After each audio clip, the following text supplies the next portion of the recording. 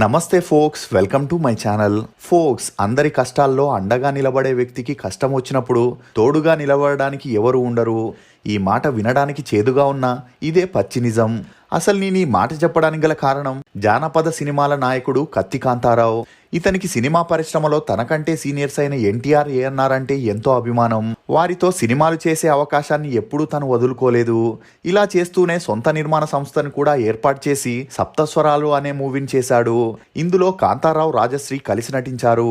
అయితే ప్రొడక్షన్లో మొదటి సినిమా కావడంతో బాగానే డబ్బు ఖర్చు చేసి నిర్మించాడు. కానీ అదే సమయంలో తెలంగాణ ఉద్యమం మొదలైంది. ఆ సమస్యతో తను చాలా ఇబ్బంది పడ్డాడు. ఇక మరోవైపు సినిమా పరిశ్రమ నుంచి కూడా పోటీ ఎదురైంది. సినీ నిర్మాత భావనారాయణ కాంతారావుకి చాలా సన్నిహితుడు. అయినా వ్యాపారం వేరు, స్నేహం వేరు అని భావించాడు. అందుకే లవ్ ఇన్ ఆంధ్ర అనే సినిమా తీసి సప్తస్వరాలు అనే సినిమాకి పోటీగా బరిలోకి దింపాడు. ఇక ఈ సినిమాలో కృష్ణ, విజయ నిర్మల జంటగా నటించారు. అలా ఈ రెండు సినిమాలు ఒకే రోజున విడుదలయ్యాయి. అయితే ఈ రెండు సినిమాలు తమ ప్రాంతీయ రంగుల్ని పులుముకున్నాయి. దీంతో కాంతారావు తెలంగాణ వ్యక్తి అయి ఉండటం, కృష్ణ ఆంధ్ర వ్యక్తి కావడంతో తెలంగాణ ఉద్యమ ప్రభావం ఈ సినిమాల మీద పడింది. అలా తెలంగాణలో నైట్ షోలు రద్దు చేయడంతో కాంతారావు సినిమా సరిగ్గా ఆడలేదు. ఇక అటు ఆంధ్రాలో కాంతారావు తెలంగాణ వాడని అక్కడ కూడా ఈ సినిమా ఆడలేదు. ఇలా రెండు చోట్ల కాంతారావుకి దెబ్బ తగిలి అప్పట్లోనే సుమారు 6 లక్షల రూపాయలని నష్టపోయాడు. అసలు కాంతారావుగా ఉన్న ఈయన కత్తి కాంతారావుగా ఎలా మారాడు? ఎన్టీఆర్, ఏఎన్ఆర్ కాంతారావుని నిజంగానే సినిమాల్లో ఎదగనివ్వలేదా? కాంతారావు సంపాదించిన ఆస్తులన్నీ పోగొట్టుకోవడానికి గల కారణాలేంటి? రాజశ్రీకి కాంతారావుకి ఉన్న సంబంధం ఏంటి? వాణిశ్రీ వల్లే కాంతారావు సర్వం కోల్పోయాడా? కాంతారావు తన కొడుకుల్ని సినిమాల్లోకి ఎందుకు తీసుకురాలేదు? ఇప్పుడు తెలంగాణ గవర్నమెంట్ కత్తి కాంతారావు కుటుంబాన్ని ఎందుకు ఆదుకోవట్లేదు అనే నమ్మలేని నిజాల్ని ఈ వీడియోలో చెప్పడానికి నేను ప్రయత్నిస్తాను. మీరు మాత్రం ఈ వీడియోని పూర్తిగా చూడండి.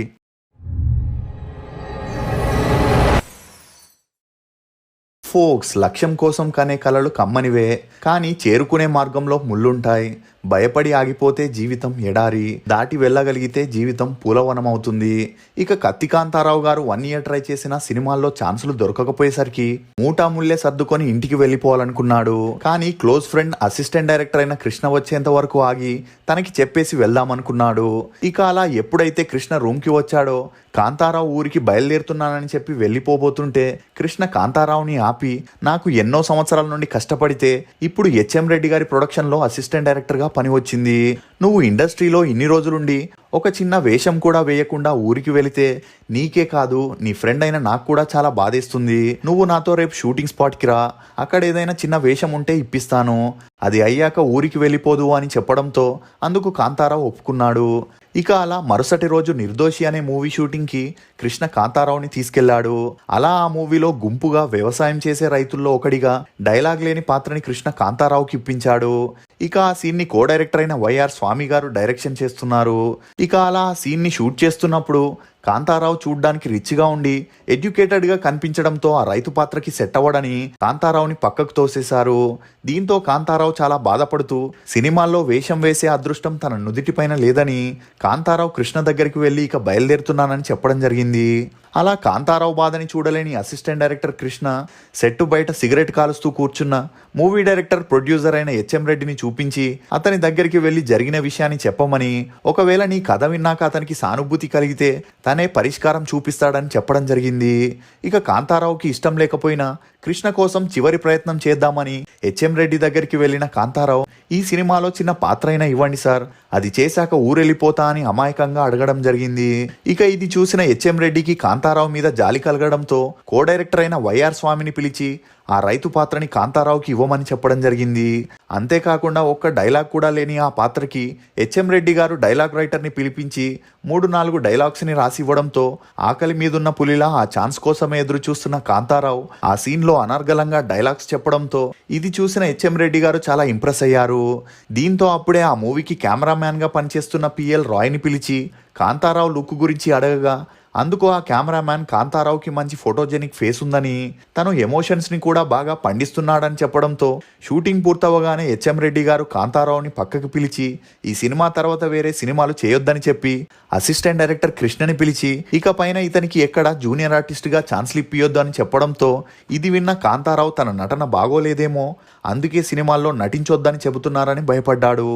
ఇక అలా నర్వస్గా ఉన్న కాంతారావుతో హెచ్ఎం రెడ్డి గారు, నా నెక్స్ట్ సినిమాలో నువ్వే హీరో, అందుకే సినిమాల్లో చిన్నా చితక పాత్రలు చేయొద్దని చెప్పానని హెచ్ఎం రెడ్డి గారు చెప్పేసరికి కాంతారావుకి పట్టలేనంత ఆనందం, ఆశ్చర్యం కూడా కలిగింది. ఇక కాంతారావు వెంటనే ఊరికి వెళ్లి ఈ సంతోషకరమైన శుభవార్తని చెప్పి తన భార్య హైమావతిని, మొదటి భార్య కొడుకుని మద్రాస్కి తీసుకొచ్చి 15 రూపాయల ఇల్లుని అద్దెకు తీసుకొని అందులో ఉండటం జరిగింది. ఇక కాంతారావు చేయబోయే సినిమా జానపద మూవీ అవడంతో తనే డబ్బుని ఖర్చు పెట్టుకుని గుర్రపు స్వారీని, కత్తి యుద్ధాన్ని, డాన్స్ ని కాంతారావు నేర్చుకున్నాడు. ఇక ఇదిలా ఉంటే నిర్దోషి మూవీకి ప్రొడ్యూసర్ డైరెక్టర్ హెచ్ఎం రెడ్డి గారే అవడంతో ఈ మూవీ రిలీజ్ అయ్యాక వచ్చిన డబ్బుతో కాంతారావుతో నెక్స్ట్ మూవీని ప్లాన్ చేయాలనుకున్నాడు. అలా నిర్దోషి మూవీ 1951లో రిలీజ్ అయి ఫ్లాప్ అయింది. దీంతో డబ్బులు లేక కాంతారావుతో చేయాలనుకున్న సినిమాని స్టార్ట్ చేయలేదు. అంతేకాకుండా హెచ్ఎం రెడ్డి గారు అప్పటి నుండి డైరెక్టర్గా చేయడం మానేసి ప్రొడ్యూసర్గా మాత్రమే చేయాలనుకున్నాడు. ఇక ఈ మూవీలో వచ్చిన నష్టాన్ని భర్తీ చేయడానికి హెచ్ఎం రెడ్డి గారు ఎన్టీఆర్ గారితో వద్దంటే డబ్బు అనే మూవీని చేయడానికి ప్లాన్ చేశారు. ఇక అలా కాంతారావు 1 ఇయర్ వెయిట్ చేసిన సినిమా స్టార్ట్ అవ్వలేదు. దీంతో హెచ్ఎం రెడ్డి గారి ఆఫీస్కి వెళ్లి అడుగుదామంటే అతను కోపంతో ఎక్కడ తనని తీసేసి వేరే వాళ్ళని పెట్టుకుంటాడేమో అని భయపడి హెచ్ఎం రెడ్డి గారి ఫ్యామిలీకి దగ్గరై వారికి కావలసిన పండ్లు, కూరగాయలు, పిల్లలకి చాక్లెట్స్, స్వీట్స్ ని తీసుకొని వెళ్లి ఇస్తూ ఫ్యామిలీకి దగ్గరయ్యాడు. దీంతో హెచ్ఎం రెడ్డి గారి భార్య కాంతారావు పరిస్థితిని చూసి తనతో సినిమా తీయమని హెచ్ఎం రెడ్డి గారికి చెప్పడంతో కాంతారావుకి ఇచ్చిన మాట ప్రకారం ప్రతిజ్ఞ అనే మూవీని స్టార్ట్ చేయాలనుకున్నాడు. అలా మొదటిగా ప్రతిజ్ఞ మూవీలో కాంతారావుని హీరోగా ఫిక్స్ చేసి హీరోయిన్ గా పాతాళ భైరవి అనే మూవీలో ఐటమ్ డాన్సర్ గా చేసిన బెజవాడ అమ్మాయి అయిన సావిత్రి గారిని హీరోయిన్ గా ఫిక్స్ చేయడం జరిగింది. కానీ హెచ్ఎం రెడ్డి గారు ఎక్కువగా ఎన్టీఆర్ గారితో చేస్తున్న వద్దంటే డబ్బు మూవీ మీదనే దృష్టి పెట్టారు. దీంతో కాంతారావుతో చేయాలనుకున్న మూవీ షూటింగ్ డిలే అవుతూ వచ్చింది. ఇక ఈ మధ్యలోనే సావిత్రి గారు దేవదాసు మూవీని, ఎన్టీఆర్ గారితో పల్లెటూరు అనే మూవీని చేయగా అవి రిలీజ్ అయి హిట్ అవ్వడంతో సావిత్రి గారికి మంచి క్రేజ్ వచ్చింది. ఇక ఈ క్రేజ్ ని యూజ్ చేసుకోవాలని హెచ్ఎం రెడ్డి గారు ప్రతిజ్ఞ మూవీని తెలుగు, తమిళ భాషల్లో చేయాలని ప్లాన్ చేశారు. ఇక ముందుగా కాంతారావుని హీరోగా అనుకున్న తనకంటే అందంగా ఉండి బాగా నటించే రాజనాల్ గారిని విలన్ గా ఫిక్స్ చేసినప్పటికీ డైరెక్టర్ వైఆర్ స్వామి రాజనాల్ ని హీరోగా పెట్టుకొని కాంతారావుకి విలన్ రోల్ ఇద్దామని ప్రొడ్యూసర్ హెచ్ఎం రెడ్డి గారికి చెప్పడం జరిగింది. దీంతో హెచ్ఎం రెడ్డి గారు ఇద్దరికి డైలాగ్స్ ఇచ్చి స్క్రీన్ టెస్ట్ చేస్తే ఎవరు హీరోనో ఎవరు విలనో తేలిపోతుందనుకున్నారు. ఇక ఆ స్క్రీన్ టెస్ట్ లో కాంతారావు అద్భుతంగా డైలాగ్స్ చెప్పడంతో కాంతారావునే హీరోగా, రాజనాల్ గారిని విలన్ గా ఫిక్స్ చేయడం జరిగింది. అలా ఈ మూవీని తెలుగులో ప్రతిజ్ఞ అని, తమిళ్లో వంజమని చేయగా 1953 డిసెంబర్లో ఈ మూవీని రిలీజ్ చేశారు. ఇక అలా భారీ ఎక్స్పెక్టేషన్స్తో రిలీజ్ అయిన ఈ మూవీ ఫ్లాప్ అయింది. ఇక అలా వెంటనే ఎన్టీఆర్ గారితో చేసిన వద్దంటే డబ్బు మూవీ 1954 ఫిబ్రవరి 19 రిలీజ్ అయ్యి యావరేజ్గా ఆడిన హెచ్ఎం రెడ్డి గారు పూర్తిగా నష్టాల్లో కూరుకుపోయారు. దీంతో హెచ్ఎం రెడ్డి గారు సినిమాలకి పూర్తిగా ఫుల్ స్టాప్ పెట్టేశారు. ఇక ఇదిలా ఉంటే కాంతారావు మొదటి సినిమాతోనే ప్రొడ్యూసర్ని పర్మనెంట్ గా ఇంట్లో కూర్చోపెట్టేశాడనే టాక్ ఇండస్ట్రీలో స్ప్రెడ్ అయింది. దీంతో కాంతారావుకి సినిమాల్లో ఛాన్సులు రావడం కరువయ్యాయి. అలా 1.5 ఇయర్ ఛాన్స్ల కోసం ఎంత ట్రై చేసినా ఎవరు ఇవ్వలేదు. ఇక ఈ మధ్యలోనే కాంతారావుకి హైమావతికి మొదటి సంతానంగా ప్రతాప్ అనే అబ్బాయి కూడా పుట్టాడు. ఇక ఇదిలా ఉంటే హెచ్ఎం రెడ్డి గారు మూవీస్ ని ఆపేసిన ఎక్కడో ఒక చిన్న ఆశతో కాంతారావు అతని ఇంటికి వెళ్లి పళ్ళు, కూరగాయలను ఇచ్చి పలకరిస్తుండేవాడు. ఇదిలా ఉన్నప్పుడే ఎన్టీఆర్ గారు ఓన్ ప్రొడక్షన్ ని స్టార్ట్ చేసి జైసింహ అనే సినిమాని చేయడానికి ప్లాన్ చేశారు. ఇక ఆ మూవీలో తన తమ్ముడి పాత్రకు గాను ముందుగా ఏఎన్ఆర్ గారిని అనుకున్నారు. కానీ ఏఎన్ఆర్ గారు రెమ్యూనరేషన్ ఎక్కువగా చెప్పడంతో ఎన్టీఆర్ గారు జగ్గయ్య గారిని ఎంపిక చేయాలనుకున్నారు. ఇక ఇదిలా ఉంటే జగ్గయ్య గారి డేట్స్ లేకపోవడంతో ఒకసారి నార్మల్ గా హెచ్ఎం రెడ్డి గారిని ఎన్టీఆర్ గారు కలిసి తమ్ముడి పాత్ర కోసం ఆర్టిస్ట్ ని వెతుకుతున్నానని చెప్పగా అందుకు హెచ్ఎం రెడ్డి గారు కాంతారావుని రెఫర్ చేయడం జరిగింది.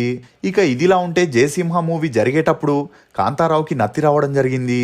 అలా డైలాగ్స్ ని కరెక్ట్ గా చెప్పకపోయేసరికి షూటింగ్ లో అందరి ముందు నవ్వుల పాలయ్యేవాడు. ఇందుకు కారణం ఎక్కువగా స్ట్రెస్ ఫీల్ అవ్వడంతో పాటు భవిష్యత్తు మీద భయం రావడంతో ఇలా అయిందనే చెప్పొచ్చు. దీంతో ఎన్టీఆర్ గారు తనని ఆ మూవీ నుండి తీసేస్తారని భయపడిన కాంతారావు పరిస్థితిని అర్థం చేసుకున్న ఎన్టీఆర్ గారు తనకి తెలిసిన ఒక డాక్టర్ దగ్గరికి పంపించి వాయిస్ ఎక్సర్సైజ్ ని చేపించడం జరిగింది. అలా 1 ఇయర్ లో కాంతారావుకి నత్తి పూర్తిగా తగ్గకపోయినా 70% వరకు క్యూర్ అయిందనే చెప్పొచ్చు.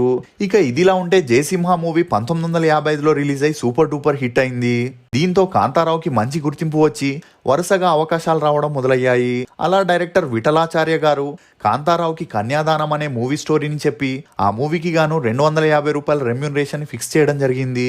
ఇక ఈ షూటింగ్ ని 25 రోజుల్లో కంప్లీట్ చేసి 1955లో రిలీజ్ చేయగా ఈ మూవీ అంతలా ఆడలేదు. దీంతో తనని జనాలు సోలో హీరోగా యాక్సెప్ట్ చేయట్లేదని కాంతారావు హీరోగా చేయడం మానేసి దొరికిన పాత్రల్ని పోషించాలని డిసైడ్ అయ్యాడు. అలా భక్త మార్కండేయ శ్రీగౌరి మహత్యం అనే మూవీలో శివుడి పాత్రని పోషించాడు. ఇక నాగేశ్వరరావు గారి మూవీ అయిన ఇలవేల్పులోనూ చిన్న పాత్రని పోషించిన కాంతారావుకి మాత్రం అంతలా గుర్తింపు రాలేదు. ఇక ఇదిలా ఉన్నప్పుడే కాంతారావు మొదటి భార్య కొడుక్కి నిమోనియా వచ్చి అది బ్రెయిన్ కి ఎక్కడంతో పిచ్చి పిచ్చిగా బిహేవ్ చేయడం మొదలెట్టాడు. ఒకవేళ ముందే దీన్ని గమనించి హాస్పిటల్ కి తీసుకెళ్లుంటే ఆ అబ్బాయికి క్యూర్ అయ్యేది. కానీ వీరు ఇంట్లోనే ఉంచి తగ్గిపోతుంది అనుకోవడంతో అది సీరియస్ అయింది. ఇక అలా సీరియస్ అయ్యాక ఆ అబ్బాయిని హాస్పిటల్ కి తీసుకెళ్లడానికి డబ్బులు లేకపోవడంతో కాంతారావు తనకి తెలిసిన మూవీ మేనేజర్ ని అప్పుగా కొంత డబ్బుని అడగగా అందుకు అతను నా దగ్గర డబ్బులు లేవు గాని ఒక మూవీలో చిన్న పాత్ర ఉంది, అది చేస్తే డబ్బులు ఇప్పిస్తా అని చెప్పడంతో కాంతారావు డబ్బు కోసం ఇచ్చిన పాత్రని చేసి ఆ తర్వాత కొడుకుని హాస్పిటల్ కి తీసుకెళ్లినా ప్రయోజనం లేకుండా పోయింది. అలా ఆ అబ్బాయి మరణించడం జరిగింది. దీంతో కాంతారావు మొదటి భార్య తండ్రి కాంతారావు మీద అతని రెండో భార్య మీద కేసు వేసి తన మనవడిని కావాలని ఇలా చేశారని చెప్పడం జరిగింది. ఆ తర్వాత ఎలాగోలా కేసుని రిటర్న్ తీసుకోమని కాంతారావు తన మామని రిక్వెస్ట్ చేయడంతో ఆ కేసు అక్కడికే ముగిసింది. ఇక ఇదే సమయంలో కాంతారావు హైమావతి దంపతులకు కేశవరావు అనే రెండో అబ్బాయి పుట్టడంతో ఫ్యామిలీ బాధ్యతలు పెరుగుతున్నాయని తను ఇంకా బాగా కష్టపడి సంపాదించాలని డిసైడ్ అయ్యాడు. అలా అప్పటికే టాప్ హీరోస్గా ఉన్న ఎన్టీఆర్, ఏఎన్ఆర్తో మంచి ఫ్రెండ్షిప్ని మెయింటైన్ చేస్తూ వారి మూవీస్లో ఏదో ఒక పాత్రని చేస్తుండేవాడు. అలా 1958లో గంగా గౌరి సంవాదం అనే మూవీలో నారదముని క్యారెక్టర్ వేయడంతో కాంతారావుకి మంచి గుర్తింపు వచ్చింది. ఇక ఆ తర్వాత దీపావళి, సతీ సులోచన, శ్రీ సీతారాముల కళ్యాణం, శ్రీ కృష్ణార్జున యుద్ధం అని 30 సినిమాల్లో నారదుడి పాత్రలో నటించడం విశేషం. ఇక అప్పట్లో ఎన్టీఆర్ గారు కృష్ణుడి పాత్రకి ఎలా సెట్ అయ్యేవారో కాంతారావు కూడా నారదుడి పాత్రకి అలాగే సెట్ అయ్యేవాడు. ఇక ఇదిలా ఉన్నప్పుడే కాంతారావు అమ్మమ్మకి హెల్త్ సీరియస్ అవ్వడంతో కాంతారావు కడచూపు కోసం ఇంటికి వెళ్లాల్సిన పరిస్థితి వచ్చింది. కానీ చేతిలో ఒక్క రూపాయి కూడా లేనందువలన అదే సమయంలో కాంతారావు ఎన్టీఆర్ గారి మూవీలో నారదుడి పాత్రని చేస్తుండడంతో ఆ మూవీ ప్రొడ్యూసర్ దగ్గరికి వెళ్లి డబ్బుల్ని అడిగితే నేను ఆల్రెడీ నీకు అడ్వాన్స్ ఇచ్చాను, మిగిలిన డబ్బుని మూవీ పూర్తయ్యాకే ఇస్తానని తేల్చి చెప్పడంతో ఏం చేయాలో తెలియని పరిస్థితిలో ఉన్న కాంతారావుకి ఇదంతా పక్క రూమ్లో మేకప్ వేసుకుంటున్న ఎన్టీఆర్ గారు విని ఇమ్మీడియట్ గా కాంతారావుని పిలిచి 500 రూపాయలని ఇవ్వడం జరిగింది. ఇక అలా కాంతారావు కుటుంబంతో ఊరికి వెళ్లేసరికి అప్పటికే తన అమ్మమ్మ మరణించడం జరిగింది. దీంతో జరపాల్సిన కర్మక్రియల్ని జరిపించి కాంతారావు మళ్ళీ చెన్నైకి వచ్చేశాడు. ఇక ఇదిలా ఉంటే డబ్బుంటేనే గౌరవ మర్యాదలు ఉంటాయని తెలుసుకున్న కాంతారావు తన తల్లిని కన్విన్స్ చేసి ఊర్లో ఉన్న 200 ఎకరాల భూమిని అమ్మేసి చెన్నైలో 200 గజాల భూమిని తీసుకొని 3 అంతస్తుల బిల్డింగ్ ని కట్టాడు. ఇక అలా చెన్నైలో ఎప్పుడైతే కాంతారావు ఇల్లుని కట్టాడో సినిమా సర్కిల్లో కాంతారావు అంటే మంచి గుర్తింపు వచ్చింది. దీనికి తోడు చెడు అలవాట్లు, చెడు స్నేహాలు కూడా తోడయ్యాయి. ఇక ఇదిలా ఉన్నప్పుడే డైరెక్టర్ విఠలాచార్య కాంతారావుని పెట్టుకొని జయ విజయ అనే జానపద చిత్రాన్ని చేయడం జరిగింది. అలా ఈ మూవీ 1959లో రిలీజ్ అయి కాంతారావు హీరోగా మొదటి హిట్ ని అందుకున్నాడు. ఇక ఇదిలా ఉంటే అప్పట్లో ఇండస్ట్రీకి కొత్త ప్రొడ్యూసర్స్ వచ్చినా అటు ఎన్టీఆర్ గారు ఇటు ఏఎన్ఆర్ గారు వారిని పిలిచి డేట్స్ ఇస్తామని చెప్పడంతో పాటు కథ బాగుంటే ఓన్ గా ప్రొడ్యూస్ కూడా చేసేవారు. దీంతో వేరే హీరోస్ కి అవకాశాలు వెళ్లేవి కావు. దీంతో హీరోగా ఎంత సక్సెస్ అయినా ఛాన్సులు రాకపోతే కాంతారావు లాగే ఎన్టీఆర్, ఏఎన్ఆర్ గారి సినిమాల్లో చిన్నా చితిక పాత్రల్ని చేయాల్సిన పరిస్థితి ఉండేది. ఇక ఇదిలా ఉంటే డైరెక్టర్ విఠలాచారి మాత్రం కాంతారావుతో ఉన్న ఫ్రెండ్షిప్ కారణంగా కాంతారావుని హీరోగా పెట్టుకొని ఖైదీ కన్నయ్య, గురువుని మించిన శిష్యుడు, జ్వాలాదీప రహస్యం అని కత్తివీరుడిగా జానపద చిత్రాల్లో చేయడంతో కాంతారావు కత్తి కాంతారావుగా గుర్తింపును పొందడంతో పాటు ఇతన్ని ఆంధ్ర ఎంజీఆర్ అని కూడా పిలిచేవారు. ఇక ఆ తర్వాత ఎన్టీఆర్ గారు విఠలాచారి టాలెంట్ ని గుర్తించి తన మూవీస్ లో మాత్రమే డైరెక్షన్ చేయాలని, బయట హీరోస్ కి చేయకూడదని చెప్పడం జరిగింది. ఇక కాంతారావు ఇండస్ట్రీకి 1953లో ఎంట్రీ ఇచ్చి 1966 వరకు 100 సినిమాలను పూర్తి చేశాడు. అందులో 30 సినిమాల్లో నారదుడిగా, 20 సినిమాల్లో శివుడిగా, 17 సినిమాల్లో కృష్ణుడిగా, 20 సినిమాల్లో తమ్ముడు లేక స్నేహితుడిగా, 5 మూవీస్లో విలన్గా చేసి 10 మూవీస్లో హీరోగా చేయడం జరిగింది. ఇక 1965లో కత్తి కాంతారావు ఏఎన్ఆర్ గారికి ఫేవరెట్ హీరోయిన్ అయిన రాజశ్రీతో కలిసి బంగారు తిమ్మరాజు అనే మూవీని చేసేటప్పుడు వీరిద్దరికి మంచి స్నేహం ఏర్పడింది. ఇక ఆ పరిచయం కాస్త సన్నిహిత్యంగా మారి ప్రతిజ్ఞ పాలన, విజయసింహ, అగ్గిదొర, భూలోకంలో యమలోకం, వీరపూజ అని 26 సినిమాల్లో యాక్ట్ చేస్తూ క్లోజ్గా ఉండేవారు. ఇక మరోవైపు కాంతారావు ఎన్టీఆర్ గారి ఫేవరెట్ హీరోయిన్ అయిన కృష్ణకుమారితోనూ క్లోజ్గా ఉంటూ కనకదుర్గ పూజ మహిమ, సతీ సుకన్య, శబాష్ రాజా, భలే మునగాడు, ఇద్దరు మునగాళ్ళు అని 20 సినిమాల్లో కలిసి నటించారు. అలా అప్పట్లో కాంతారావు పేరు రాజశ్రీ కృష్ణకుమారితో వినిపించిన అది ఛాన్స్ల కోసం హీరో హీరోయిన్ల మధ్య ఉండే అండర్స్టాండింగే తప్ప సీరియస్ రిలేషన్షిప్ కాదని చెప్పొచ్చు. ఇక కాంతారావు ఇన్ని మూవీస్ ని చేసిన తెలుగు హీరోలు అంటే ఎన్టీఆర్, ఏఎన్ఆర్ గారని చెప్పేవారు. ఎందుకంటే కాంతారావు హీరోగా తక్కువ మూవీస్ ని చేసి క్యారెక్టర్ ఆర్టిస్ట్ గానే ఎక్కువ సినిమాలు చేయడంతో ఇలా చెప్పేవారు. ఇక ఎన్టీఆర్, ఏఎన్ఆర్ గారు సొంతంగా ప్రొడక్షన్ ఓపెన్ చేసి మంచి మూవీస్ చేస్తూ డబ్బుతో పాటు పేరుని కూడా సంపాదిస్తుండడం చూసిన కత్తి కాంతారావు సినిమాల్లో అందరూ ఇచ్చే పాత్రల్ని కాకుండా తనకిష్టమైన పాత్రల్ని చేయాలంటే తనే ఓన్ గా ప్రొడ్యూస్ చేయాలనుకున్నాడు. ఇక అప్పటి వరకు మూవీస్ చేసి సంపాదించిన డబ్బంతా నలుగురు కొడుకులు ఒక కూతుర్ని పోషించడానికే సరిపోవడంతో కాంతారావు ప్రొడ్యూస్ చేయాలంటే ఊర్లో ఉండే పొలాల్ని అమ్మాలని డిసైడ్ అయ్యాడు. ఇక తల్లి కూడా కొడుకు డెవలప్ అవుతున్నాడంటే కాదనలేకపోయింది. అలా 200 ఎకరాలని అమ్మి 6 లక్షల్లో సప్తస్వరాలు అనే మూవీని స్టార్ట్ చేశాడు. ఇక ఆ మూవీకి హీరోయిన్ గా తనకి క్లోజ్ గా ఉన్న రాజశ్రీని ఫిక్స్ చేయడం జరిగింది. అలా తన ప్రొడక్షన్ లో చేసే మొదటి మూవీ కాబట్టి విచ్చలవిడిగా ఖర్చు చేస్తూ ప్రొడక్షన్ మీద అవగాహన లేకపోవడంతో అనుకున్న బడ్జెట్ కన్నా 3 లక్షల రూపాయలు ఎక్కువయ్యాయి. అయినా కూడా ఈ మూవీ హిట్ అయితే మంచి లాభాలు వస్తాయనుకున్నాడు. కానీ సప్తస్వరాలు మూవీ 1969లో రిలీజ్ అయి డిజాస్టర్ అయింది. దీంతో అప్పట్లో 9 లక్షల వరకు నష్టం వచ్చినా వెనకడుగు వేయని కత్తి కాంతారావు పోగొట్టుకున్న చోటే వెతుక్కోవాలి అన్నట్టు ఊర్లో ఉండే మిగిలిన 100 ఎకరాల్ని అమ్మేసి గండరగండడు అనే మూవీలో తనే హీరోగా ప్రొడ్యూసర్గా చేయడం జరిగింది. ఇక ఈ మూవీ కూడా 1969లో రిలీజ్ అయి ఫ్లాప్ అయింది. అలా ఆ తర్వాత పోయిన డబ్బుని భర్తీ చేయాలని అప్పట్లో మంచి మార్కెట్ ఉన్న కృష్ణ గారిని హీరోగా పెట్టుకొని తను సెకండ్ హీరోగా చేస్తూ రాజశ్రీని మెయిన్ హీరోయిన్ గా ప్రేమజీవులు అనే మూవీ చేయగా ఈ మూవీ 1971లో రిలీజ్ అయి ఓకే టాక్ వచ్చింది. ఇక ఈ మూవీలో ప్రాఫిట్స్ రాకపోయినా పెట్టిన డబ్బు రావడంతో కాంతారావు మళ్ళీ తన అదృష్టాన్ని పరీక్షించుకోవాలని గుండెలు తీసిన మొనగాడు అనే మూవీలో తనే హీరోగా చేయడం జరిగింది. కానీ అప్పటికే 51 ఏళ్లైన కాంతారావు ఫేస్ మీద వృద్ధాప్య ఛాయలు రావడంతో జనాలు ఇతన్ని హీరోగా యాక్సెప్ట్ చేయలేకపోయారు. దీంతో ఆ మూవీ కూడా రిలీజ్ అయి ఫ్లాప్ అయింది. ఇక అలా అప్పులు ఎక్కువ అవడంతో ఊర్లో ఉండే మిగిలిన పొలాల్ని, ఇల్లుని అమ్మేసి కాంతారావు ఆ అప్పుల్ని తీర్చేశాడు. ఇక అలా కాంతారావు హీరోగా ఆశల్ని వదులుకొని చెల్లెలు కాపురం మూవీతో క్యారెక్టర్ ఆర్టిస్ట్ గా మారాడు.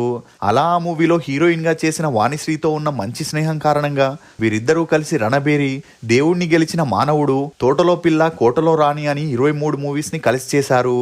ఇక ఎప్పుడైతే కాంతారావు క్యారెక్టర్ ఆర్టిస్ట్ గా మారాడో ఇందుకు చెలించిపోయిన వాణిశ్రీ నాకిప్పుడు మంచి మార్కెట్ ఉంది, నన్ను పెట్టుకొని మూవీ తీస్తే ఇంతవరకు అయిన అప్పుల్ని తీర్చేసి మళ్ళీ నువ్వు గుడ్ పొజిషన్లోకి వస్తావని కత్తి కాంతారావుకి చెప్పడంతో కత్తి కాంతారావు ఫైనల్గా తన అదృష్టాన్ని పరీక్షించుకోవాలనుకున్నాడు.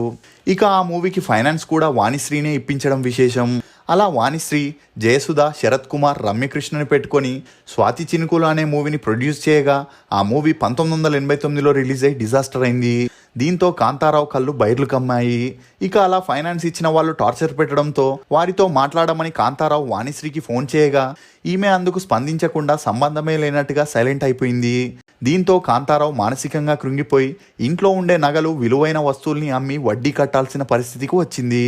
ఇక కాంతారావు అప్పటి వరకు ఇంటిని పట్టించుకోకుండా సినిమాల్నే నమ్ముకొని చెడు అలవాట్లకి బానిసై ఇండస్ట్రీలో తనకున్న పేరుని చెడగొట్టుకోవడంతో పాటు హీరోయిన్స్ని నమ్మి లక్షలు పెట్టి మూవీస్ని తీసి ఉన్న ఆస్తంతా అమ్ముకోవాల్సిన పరిస్థితి రావడంతో సినిమాల మీదే విరక్తి చెంది కాంతారావు ఇకపైన యాక్ట్ చేయకూడదని డిసైడ్ అయ్యాడు.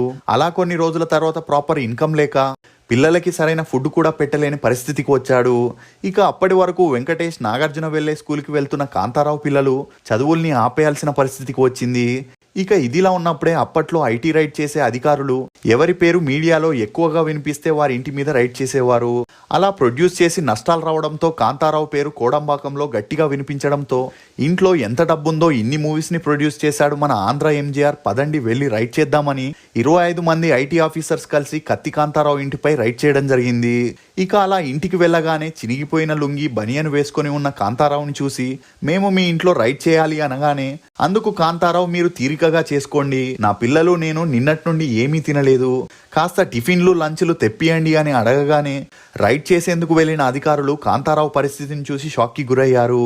దీంతో వారికి కావలసిన టిఫిన్స్, లంచ్ ని తెప్పించడంతో పాటు వారందరి దగ్గర ఉండే కొంత డబ్బుని పోగేసి కాంతారావుకి ఇచ్చి వెళ్లిపోవడం జరిగింది. ఇక ఈ వార్త మద్రాసులో స్ప్రెడ్ అయి వైరల్ అయింది. దీంతో కాంతారావు స్థితిని చూసిన కొంతమంది జాలిపడితే ఇంకొంతమంది తనని చూసి నవ్వడం మొదలెట్టారు. ఇక ఇదిలా ఉంటే మద్రాసులో ఉంటూ అప్పుల బాధని తట్టుకోలేక తను ఉంటున్న ఇల్లుని 12 లక్షలకి అమ్మేసి అప్పుల్ని తీర్చి మిగిలిన డబ్బుతో హైదరాబాద్కి వచ్చి ఒక రెంట్ హౌస్ని తీసుకొని ఫ్యామిలీతో సెటిల్ అయ్యాడు. ఇక కాంతారావు కొడుకులకి చిన్నప్పటి నుండి యాక్టింగ్ మీద ఇంట్రెస్ట్ ఉండడంతో వారిని చైల్డ్ ఆర్టిస్ట్గా ఎన్టీఆర్ ఏఎన్ఆర్ గారి మూవీస్లో నటింపజేశాడు. ఇక ఎప్పుడైతే తను అన్నీ కోల్పోయాడో, పిల్లలకి యాక్టింగ్ మీద ఇంట్రెస్ట్ ఉన్నా కాంతారావు సపోర్ట్ చేయకపోయేసరికి వాళ్ళు యాక్టింగ్ని వదిలేసి దొరికిన పనిని చేసుకుంటూ ఇండస్ట్రీకి దూరంగా ఉంటున్నారు. ఇక అలా వీరి ఇంటి ఆర్థిక పరిస్థితులు రోజు రోజుకి దారుణంగా మారడంతో కాంతారావు మళ్ళీ సినిమాల్లో ఏజ్డ్ క్యారెక్టర్స్ చేసిన అంతలా గుర్తింపు రాలేదు. అలా కాంతారావు గారు చివరిగా చిరంజీవి గారితో శంకర్ దాదా జిందాబాద్ మూవీస్లో చేశారు. ఇక ఇదిలా ఉంటే కాంతారావు గారికి హైదరాబాద్లో ఎలాగైనా సొంతిల్లు కట్టుకోవాలని ఉన్నా అందుకు ఆర్థికంగా బలంగా లేకపోవడంతో గవర్నమెంట్కి అర్జీ పెట్టుకున్నారు. ఇక అలా చాలా మంది ఆర్టిస్టులు సహాయం చేయడంతో పాటు గవర్నమెంట్ కూడా 2007లో 7 లక్షల రూపాయలని శాంక్షన్ చేయడం జరిగింది. కానీ అదే సమయంలో కాంతారావు గారికి క్యాన్సర్ రావడంతో ఆ డబ్బులన్నీ ట్రీట్మెంట్కే ఖర్చు అయిపోయాయి. ఇక అలా క్యాన్సర్ ఫైనల్ స్టేజ్కి వెళ్ళి 2009 మార్చి 22న తన 86 ఏళ్లకి యశోద హాస్పిటల్లో కత్తి కాంతారావు గారు కన్నుమూశారు. ఇక ఇదిలా ఉంటే కత్తి కాంతారావు గారి 4 కొడుకులు సొంతిల్లు కావాలని గవర్నమెంట్ ని మా అసోసియేషన్ ని రిక్వెస్ట్ చేసుకున్నా ఫలితం లేకుండా పోయింది. ఇక ఇదే విషయంపై కత్తి కాంతారావు శత జయంతి సందర్భంగా రవీంద్ర భారతిలో తన కొడుకులు మాట్లాడుతూ తమకి ఇల్లుని కేటాయించమని, కటిక పేదరికంలో బ్రతుకుతున్నారని, ఇప్పటికీ అద్దింట్లోనే ఉంటూ సొంతంగా వెహికల్ కూడా లేని పరిస్థితుల్లో ఉన్నారని, వారికి సహాయం అవసరమని చెప్పుకొచ్చారు. ఇకనైనా తెలంగాణ గవర్నమెంట్ కత్తి కాంతారావు కుటుంబానికి స్పందిస్తుందా లేదా అనేది చూడాలి మరి. ఇక ఇప్పటి వరకు కత్తి కాంతారావు గారు హీరోగా, సపోర్టింగ్ ఆర్టిస్ట్గా 450కి పైగా సినిమాల్లో నటించారు. ఈయన నటనకు గాను 2 నంది అవార్డ్స్తో పాటు లైఫ్ టైమ్ అచీవ్మెంట్ కోసం రఘుపతి వెంకయ్య అవార్డుని కూడా అందుకున్నారు. మీకు కత్తి కాంతారావు నటించిన సినిమాల్లో ఫేవరెట్ ఏదనేది కమెంట్ సెక్షన్లో తప్పకుండా తెలియజేయండి. ఫోక్స్, మనం గొప్ప వాళ్ళమైన తర్వాత చప్పట్లు కొట్టే వారి కంటే మన దగ్గర ఏమీ లేనప్పుడు వెన్నంటే ఉండేవారే నిజమైన బంధువులు, మిత్రులు. ఇది ఫోక్స్ తెలంగాణ సూపర్ స్టార్ కత్తి కాంతారావు గురించి కొన్ని నమ్మలేని నిజాలు. ఈ వీడియో మీద మీ అభిప్రాయాన్ని కమెంట్ సెక్షన్లో తప్పకుండా తెలియజేయండి. For more interesting videos please subscribe to CR voice. Thank you.